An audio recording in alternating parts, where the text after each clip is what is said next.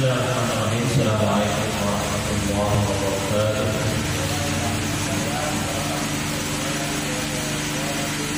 Alhamdulillahirabbil alamin wassalatu wassalamu ala asyrofil anbiya'i wal mursalin wa ala alihi wa sahbihi wa barik wa sallim taslima.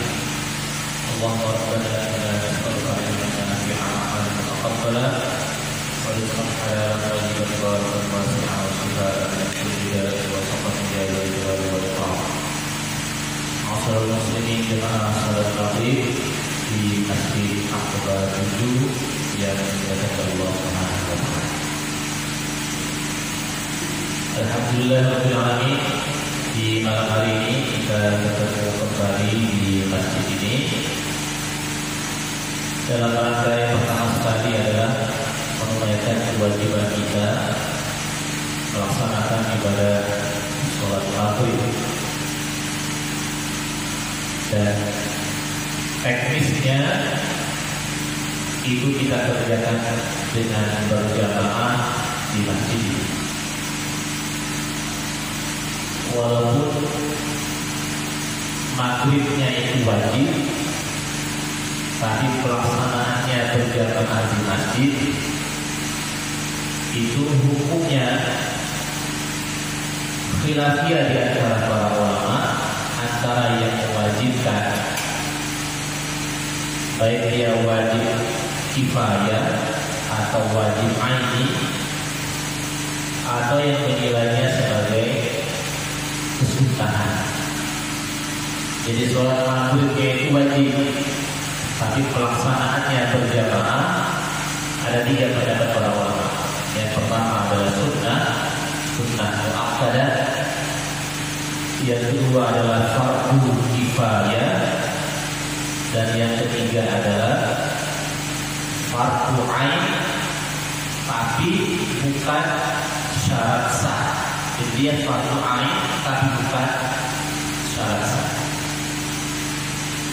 Nah, umumnya mayoritas ulama menilai sholat berjamaah di masjid itu pelaksanaannya itu sunnah muakkadah. Umumnya begitu.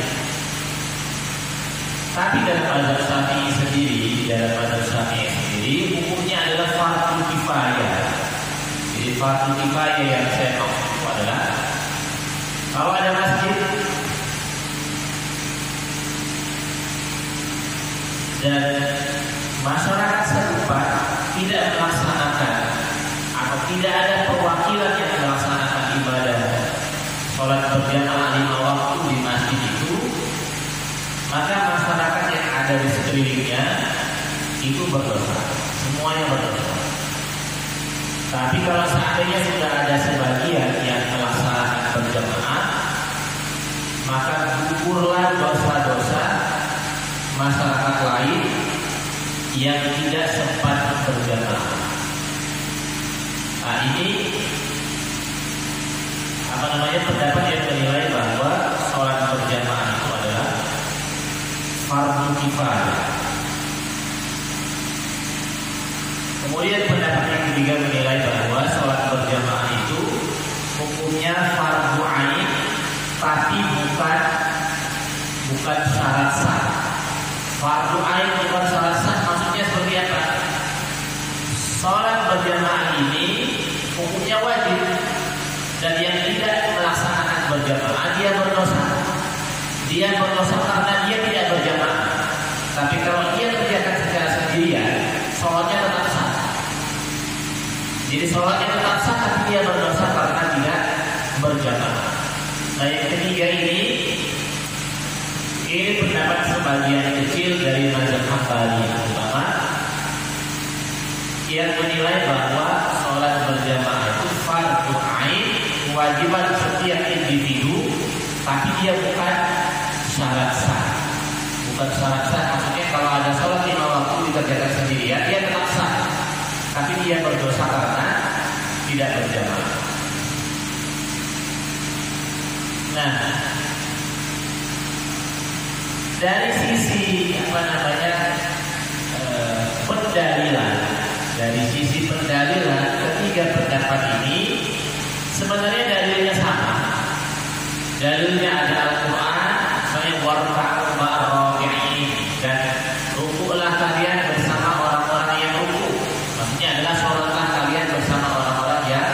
sholat. Makanya perintahnya berjamaah.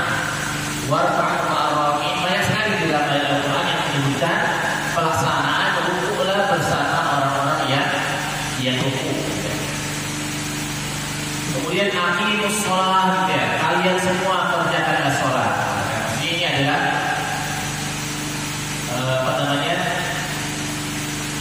petunjuk untuk berjamaah. Kemudian hadis-hadisnya juga sama. Hadis-hadis yang dipakai para ulama dalam menilai hukum sholat berjamaah ini sama. Cuma beda persepsi saja, beda cara menafsirkan hadis. Misalnya cara menafsirkan hadis Rasul Shallallahu Alaihi Wasallam terkait dengan orang yang buta yang meminta izin kepada Rasul untuk tidak sholat berjamaah di masjid. Kemudian kata Rasul, ya saya izinkan karena kamu matanya rabun dan tidak ada yang menuntut. Tapi setelah itu Rasul nanya, asalnya turun tidak? Apakah kamu, wahai yang bertanya, mendengar azan Jumat atau azan berjamaah, azan di masjid? Maka dijawab, iya saya mendengar. Kalau begitu kata Rasul, kamu sholatnya di masjid. Ini hadis ini secara tekstual seakan-akan mewajibkan sholat berjamaah. Bayangkan untuk orang yang matanya tidak sehat saja dan dia tidak ada yang menuntut dari rumahnya, itu diminta untuk tetap pergi ke masjid lantaran dia masih mendengar azan. Nah, tetapi satu hadis ini tidak bisa juga menjadi patokan satu-satunya dalam berhukum. Nanti kita akan pandu dengan beberapa hadis yang lain. Saya hadis yang lain menyebutkan sholatul jamaati afdalu min sholatil fardhi bi 27 darajah. Sholat 5 waktu atau sholat berjamaah itu lebih utama ketimbang sholat sendirian, bisa sampai 27 rakaat. Jadi sudah ada 2 hadis. Hadis yang pertama ini secara tekstual seakan-akan mewajibkan. Hadis yang kedua ini menyebutkan sholat berjamaah itu lebih utama ketimbang sholat sendirian. Biasanya kalau konsepnya lebih utama berarti sholat sendirian itu sah dan sholat berjamaah itu ada nilai pahala tambahan. Nah, pahala tambahan itu biasanya dia tidak wajib. Misalnya siapa yang datang jam 7, datang jam 7 akan dapat makanan. Kalau datang jam 10 gak dapat makanan. Berarti kan kalau datang jam 10 masih diterima. Cuma yang datang jam 7 diberi penghargaan lebih. Kalau saya datang jam 10 tidak diterima lagi, mungkin wajib karena dia harus datang jam 7. Tapi karena jam 10 masih diterima, tapi yang datang jam 7 diberi pahala tambahan atau diberi makanan tambahan, maka dia dianggap dianggap hadiah. Nah, hadiah itu biasanya bukan perkara yang wajib. Ini hadis yang kedua. Kemudian hadis yang ketiga misalnya yang menilai bahwasanya Rasulullah SAW pernah berniat untuk mengumpulkan kayu api. Jadi Rasul pernah berniat mengumpulkan kayu api. Kemudian kalau ada orang azan, kemudian dilaksanakan sholat berjamaah, Rasul itu kepingin rasanya saat orang sholat berjamaah ini kontrol ke masyarakat, ke rumah-rumah warga. Nah, yang ada laki-lakinya di rumah warga dan dia tidak pergi ke masjid, itu sempat ada keinginan dari Nabi mau dibakar rumahnya.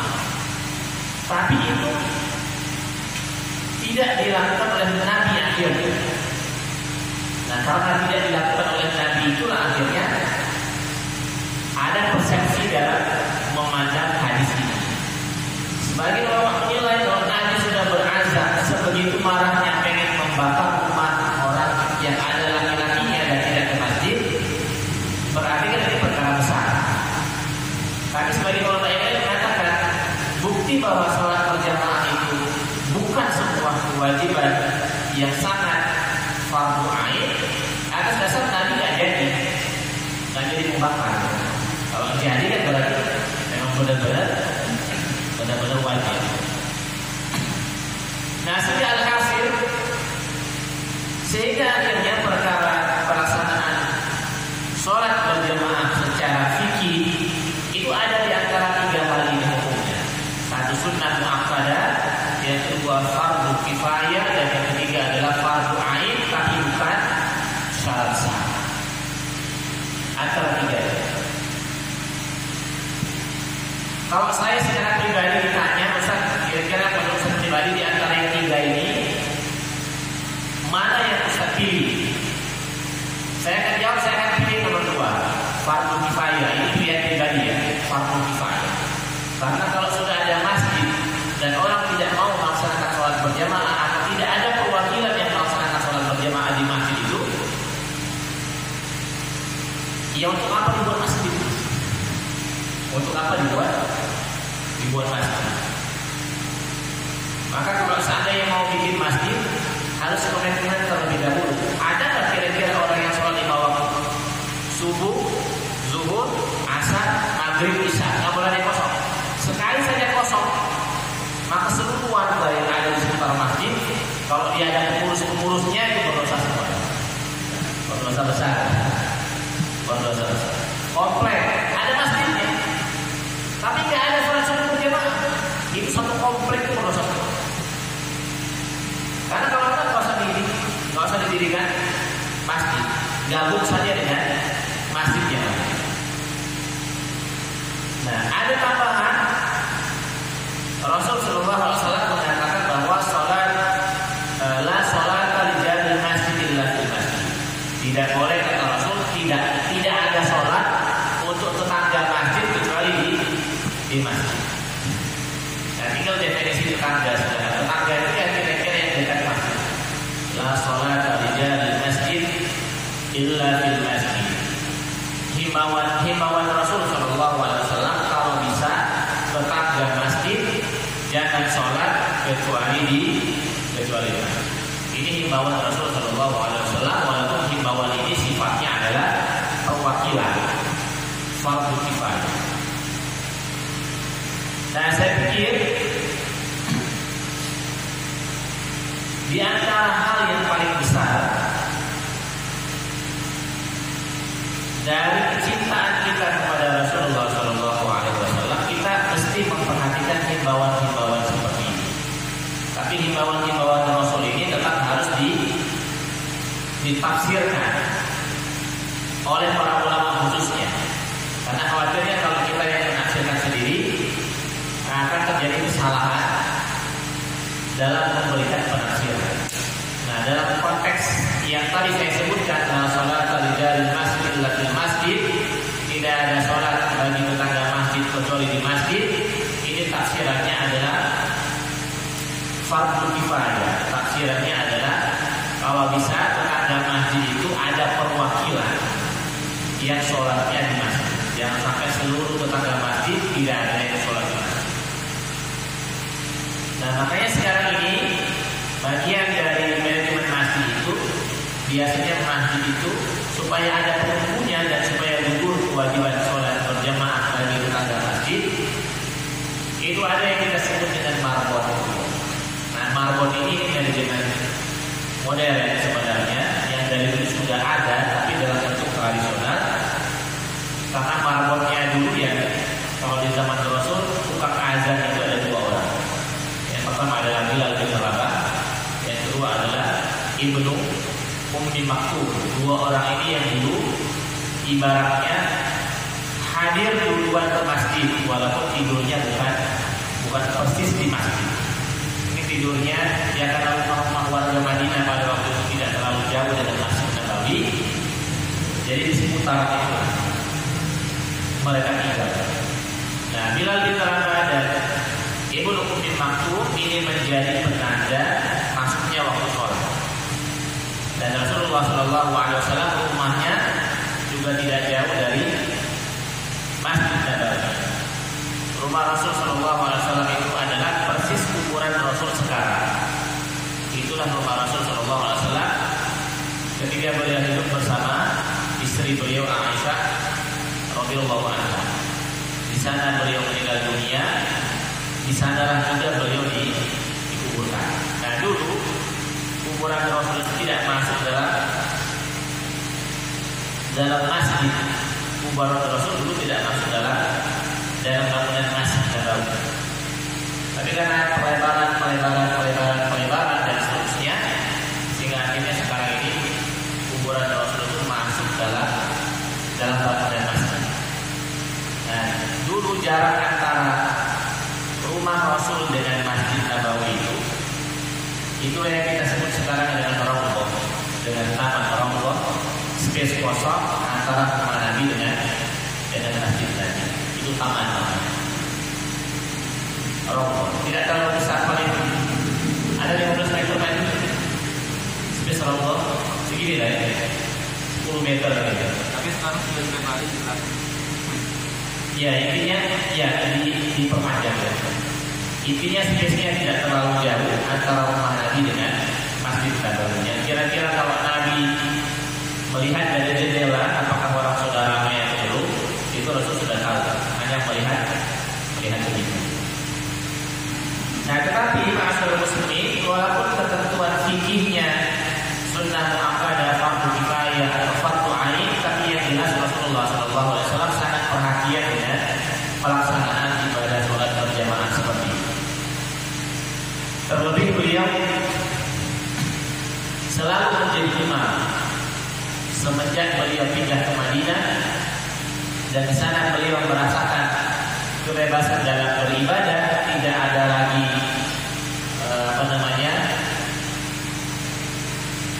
hantuan, tidak ada lagi ketakutan dari orang-orang Mekah yang pada waktu itu terus merongrong Nabi Muhammad SAW. Akhirnya di Madinah itu Rasulullah SAW bebas berekspresi, nyaman.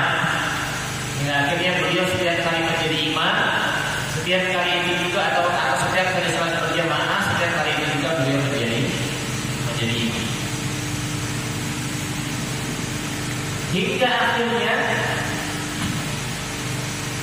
10 tahun setelah itu Rasulullah SAW dalam keadaan sakit, itu pun Rasulullah SAW masih berusaha untuk menjadi imam. Hingga akhirnya sakit beliau semakin parah. Sekali waktu orang-orang sudah kumpul di masjid dan sudah ramai, tapi Rasul tidak kunjung keluar. Ditunggu, masih tidak keluar. Ditunggu terus gitu kan, masih tidak keluar. Hingga akhirnya ditinggalkan para sahabat yang sedang berkumpul di masjid melihat Rasulullah SAW berdiri di pintu rumah beliau sambil memberikan isyarat supaya sholat dimulai saja, dan suruh ibaratnya mempersilahkan Abu Bakar As-Siddiq radhiyallahu anhu yang pada waktu itu ada di masjid untuk menjadi imam. Nah, hingga akhirnya sholat didirikan, lalu kemudian Abu Bakar As-Siddiq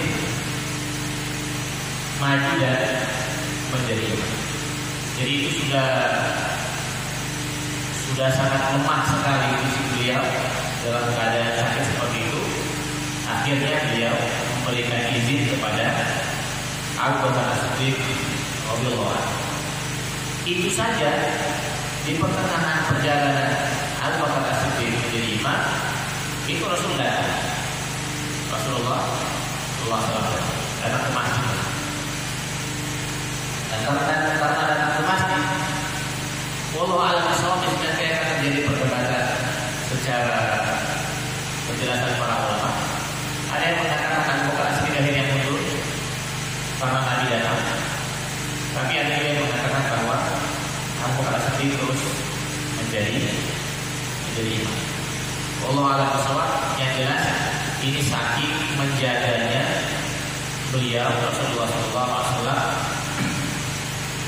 terhadap pelaksanaan sholat berjamaah. Nah, rata-rata terutama kita masyarakat Indonesia ini semangat untuk sholat berjamaah itu memang agak kurang, termasuk di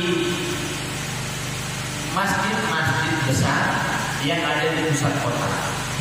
Sama juga, saya juga tidak mengetahui kira-kira faktor apa yang membuat pelaksanaan sholat berjamaah di Indonesia ini secara umum itu belum terlalu mendapat dukungan yang cukup besar dari masyarakat. Berbeda dengan sholat tarawih. Jadi misalnya ramai dan tidak ramai itu kita bandingkan saja dengan sholat tarawih. Nah, kalau seandainya sholat berjamaah lima waktu kita dipilih dengan sholat tarawih, itu sudah masuk ke kategori ramai. Atau sholat Jumat misalnya, yang kalau kita hitung rata-rata jumlahnya lebih dari 40 orang gitu. Karena 40 orang itu adalah standar paling kecil dalam mazhab Syafi'i untuk melaksanakan ibadah Jumat. Nah, kalau itu yang terjadi atau kalau itu yang kita harapkan terjadi di masyarakat kita, maka tentunya kita membutuhkan pembiasaan dan motivasi yang cukup besar sehingga memanggil warga untuk bisa melaksanakan sholat berjamaah di masjid. Ya tentunya sholat berjamaah yang dimaksud harus dikerjakan dengan kesadaran. Kalau di pesantren misalnya kenapa ramai, ya karena memang diatur yang tidak berjamaah dihukum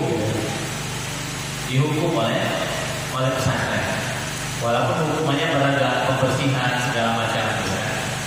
Kemudian untuk diarahkan dibimbing dari asrama seluruh kegiatan jam 5 saya sudah harus selesai. Kemudian dibimbing silakan mandi. Kemudian jam 5.30 sudah disuruh ke masjid. Ini kehidupan di pesantren, kehidupan 24 jam dalam aturan. Tapi kehidupan di masyarakat, kehidupan free dari aturan, tidak ada aturan, yang ada adalah kesadaran. Nah, tinggal lagi kesadaran manusia muslim kita. Bagaimana supaya keberadaan masjid ini dan jamaahnya juga akhirnya setiap kali pelaksanaan ibadah sholat lima waktu itu tingkat kesadaran untuk ke masjid itu tinggi. Nah, disinilah sebenarnya dia letak dari usaha, perjuangan, kemudian dukungan segala macam terkait dengan pelaksanaan ibadah berjamaah di masjid. Kayak di Masjid Agung saja, di Masjid Agung itu sebenarnya standar saja ramainya, walaupun berada di pusat keramaian. Karena untuk pusat keramaian dengan sedemikian rupa harusnya lebih ramai. Tapi itu masih dianggap standar. Subuhnya juga standar. Beberapa kali saya subuh di Masjid Agung, itu standar. Belum menemukan pokoknya sholat subuh itu serame sholat tarawih atau serame sholat Jumat. Apa mungkin faktor budaya masyarakat? Apa faktor apa? Ini nanti Ustaz anak bikin riset. Kira-kira apa faktornya sehingga pelaksanaan ibadah sholat berjamaah di Indonesia secara umum dan secara khusus di lingkungan kita itu cenderung tidak ada. Apalagi di musola-musola, karena itu orang 5 dan orang 4. Makanya mereka yang di musola-musola itu biasanya setelah azan itu tidak lama mereka langsung tepat, karena mereka siap lagi yang tadi tunggu. Inilah mereka. Jadi kalau seandainya yang hadir biasanya hanya orang 5, sudah hadir orang 3, itu biasanya langsung komat.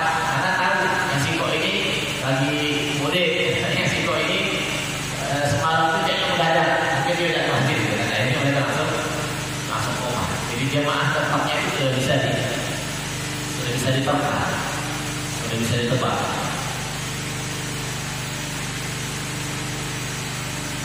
Ya mudah-mudahan kalau sampai kita menunggu dari afdol, kita maksudnya dari dukungan pemerintah secara umum, ya mungkin terlalu jauh. Kita mulai dari dulu, dari bawah, gitu kan. Bagaimana menyampaikan ini kepada khalayak umum masyarakat, dan terutama sebenarnya ini adalah menyampaikan kepada keluarga kita sendiri di kebiasaan untuk ke masjid. Dan Al-Quran 7 saya pikir sudah sangat welcome dengan anak-anak, walaupun tetap harus dalam pantauan, dalam teguran, dalam nasihat dan seterusnya. Tapi secara umum kalau sholat maghrib di Al-Quran 7 itu sudah lumayan, keberadaan anak-anak sudah lumayan. Atau mungkin nanti misalnya kita berikan himbauan, kalau bisa ada urusan dari rumah masing-masing untuk sholat berjamaah, bisa itu diberikan himbauan. Jadi kalau misalnya ada 100 kakak misalnya di seputaran Masjid Al-Quran ini, nah kita perwakilan misalnya satu kakak itu 1 orang, berarti ada 100 dalam pelaksanaan ibadah sholat berjamaah. Nah sifatnya terus kita berikan motivasi tanpa henti. Kalau kita berhenti, ya selesai perkara, berarti kan kata dakwah ini jalan panjang. Tidak ada kata berhenti dalam berdakwah. Berdakwah itu sampai akhirnya orang meninggal dunia, dan akhirnya diteruskan lagi sama orang berikutnya.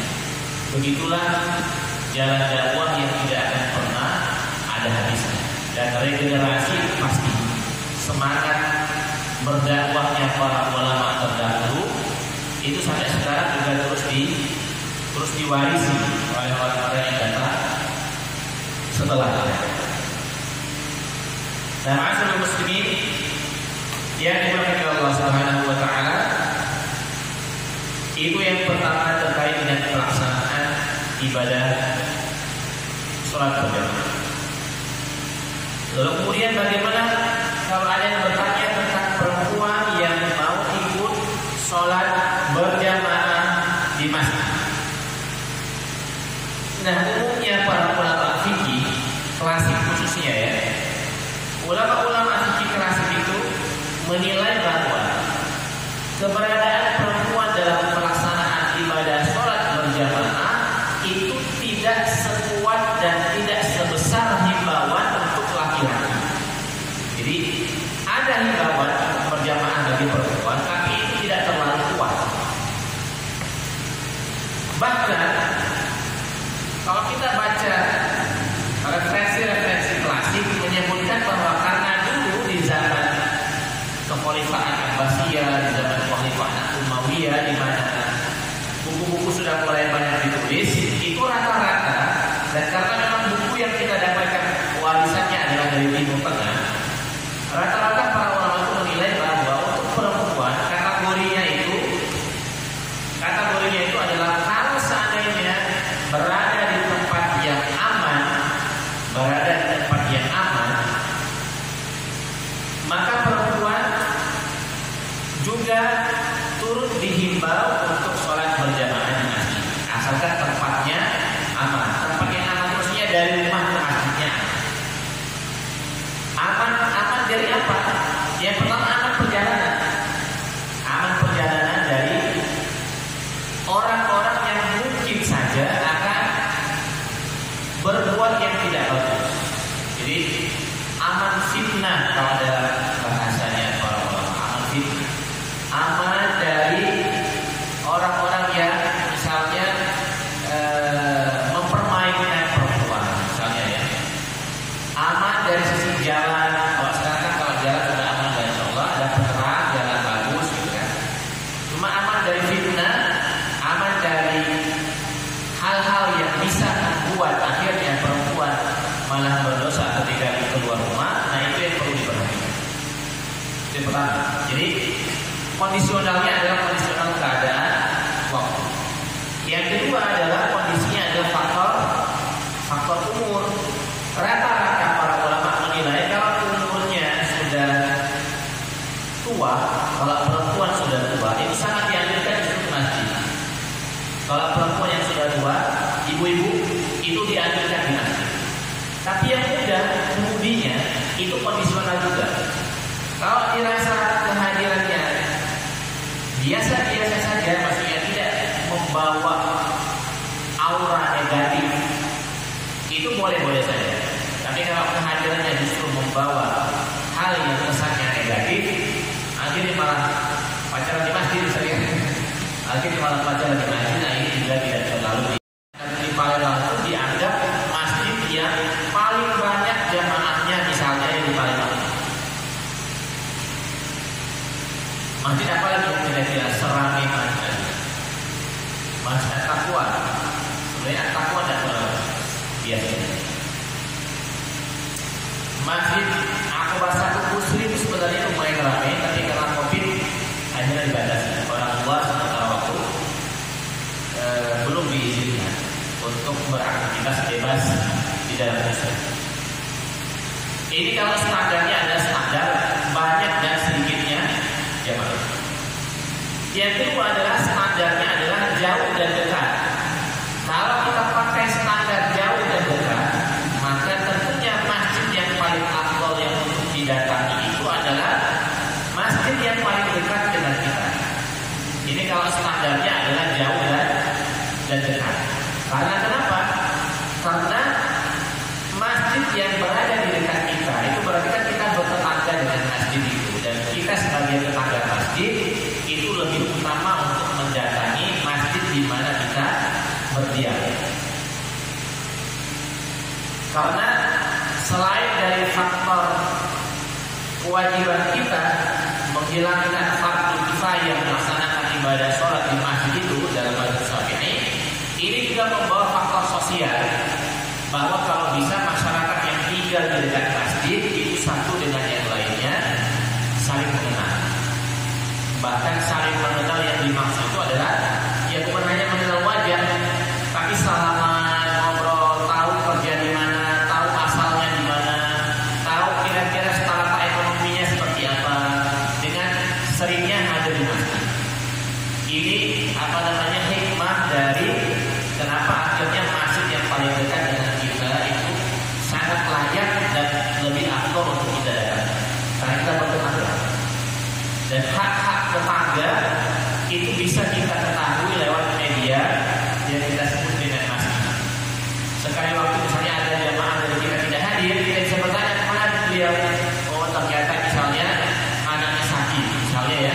Nah dari sana kita bisa memberikan bantuan atau minimal kita menjenguk dalam rangka hubungan silaturahim antara jamaah dan antar tetangga. Nah yang berikutnya yang standar ketiga, standar dari sisi keberadaan sholat berjamaah. Keberadaan sholat berjamaah begini, yang saya maksud begini. Kalau seandainya ada masjid yang kalau tidak kita datangi, tidak ada orang yang azan di sana, atau tidak ada orang yang imam di sana, maka itu yang paling afdal kita datang. Misalnya Pak Haji subuh hari, mana yang paling afdal? Kayaknya masjid Aqaba 7 misalnya. Karena kalau Pak Haji tidak datang, takut lagi dengan imam, ya, misalnya, maka Aqaba 7 yang paling afdal untuk didatang.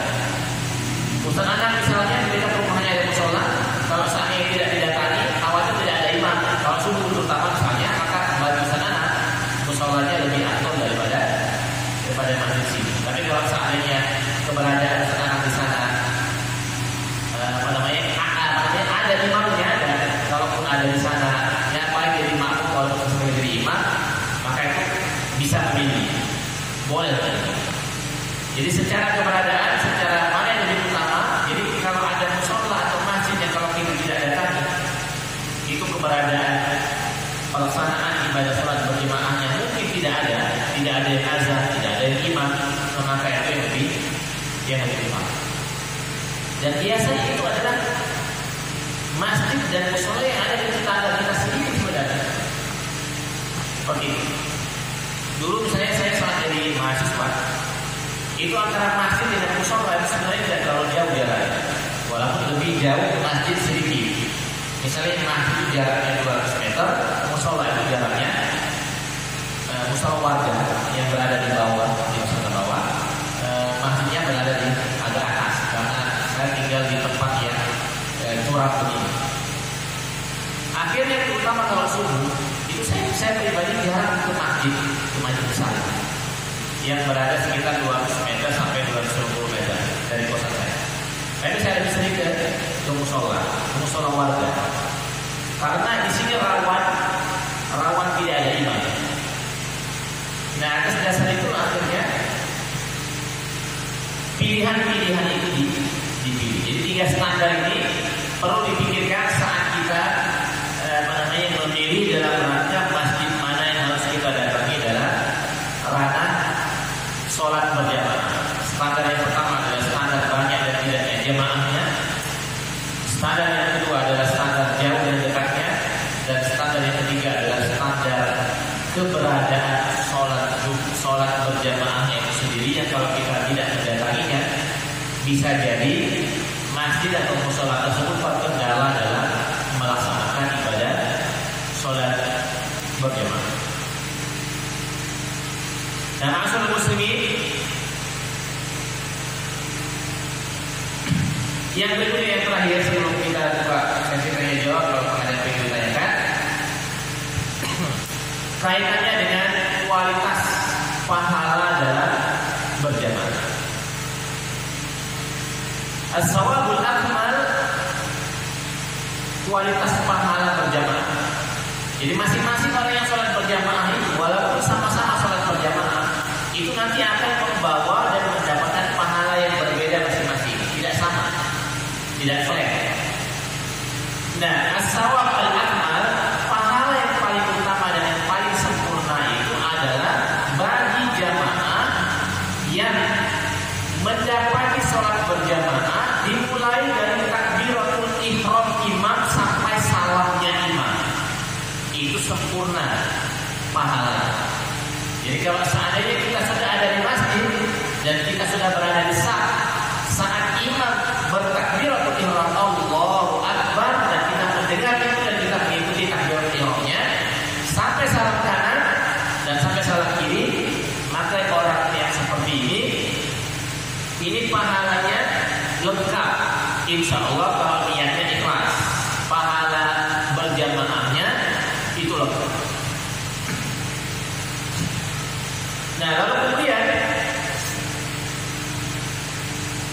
semakin jauh dari imam, atau bahkan dia masbuk, atau masbuknya malah sampai di rakaat terakhir, atau malah masbuknya hanya mendapati imam salam ke kanan saja, maka semakin mundur, itu pahalanya semakin kecil.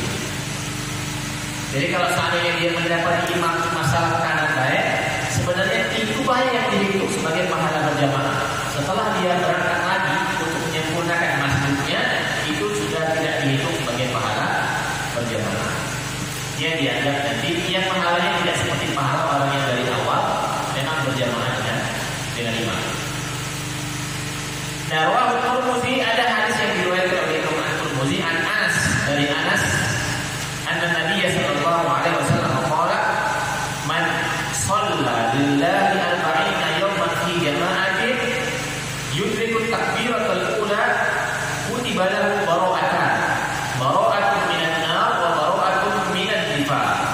Kata Rasulullah sallallahu alaihi wasallam, siapa yang sholat ikhlas karena Allah Subhanahu wa taala selama 40 hari dan dia berjamaah, siapa yang sholat ikhlas karena Allah selama 40 hari dia berjamaah, dan saat dia berjamaah itu dia mengikuti imam dari awal, dari takbiratul ihram sampai ke salam, maka orang seperti ini akan dituliskan baginya, dia akan terbebas dari 2 hal.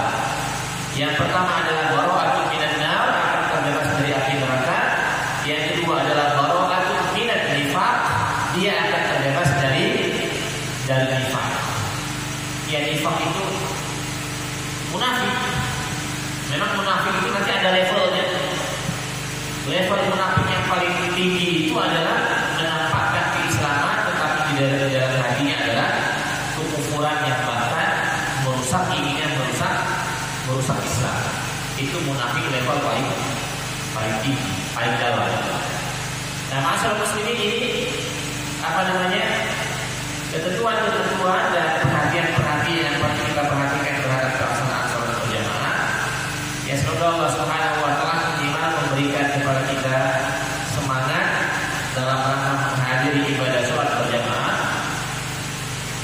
Dan kalau bisa itu juga sampai pada akhirnya kita merasa bahwa ada hal yang kurang kalau seandainya kita tidak melaksanakan ibadah sholat berjamaah. Dulu kita di kampus itu rasanya malu kalau tidak sholat berjamaah, karena memang kampusnya dianggap kampus ustaz. Masa saya nggak sholat berjamaah? Itu saya dulu merasa malu sekali kalau seandainya saya sekali waktu saya tidak berjamaah. Malu sama kawan, malu sama tetangga. Sampai pada tahap itu, kalau memang sudah dibiasakan. Tapi kalau memang terbiasa tidak berjamaah, ya nggak jadi masalah. Maksudnya alhamdulillah bisa sholat. Cuma bagusnya kita bangun semacam sensitivitas, rasa sensitif. Kalau tidak berjamaah itu rasanya kok sepertinya ada kurang sempurna. Dan memang kurang sempurna ibadah sholat kalau tidak dilaksanakan dengan berjamaah, walaupun tetap sah sholatnya. Dan kita juga tidak patut menghina orang yang tidak berjamaah, karena minimal mereka sudah melaksanakan kewajiban dengan melaksanakan ibadah sholat sendiri-sendiri. Wallahu a'lam bishawab. Ini yang bisa saya sampaikan. Jika ada yang ingin ditanyakan mungkin setelah isya kita bisa ngobrol santai. Subhanallah.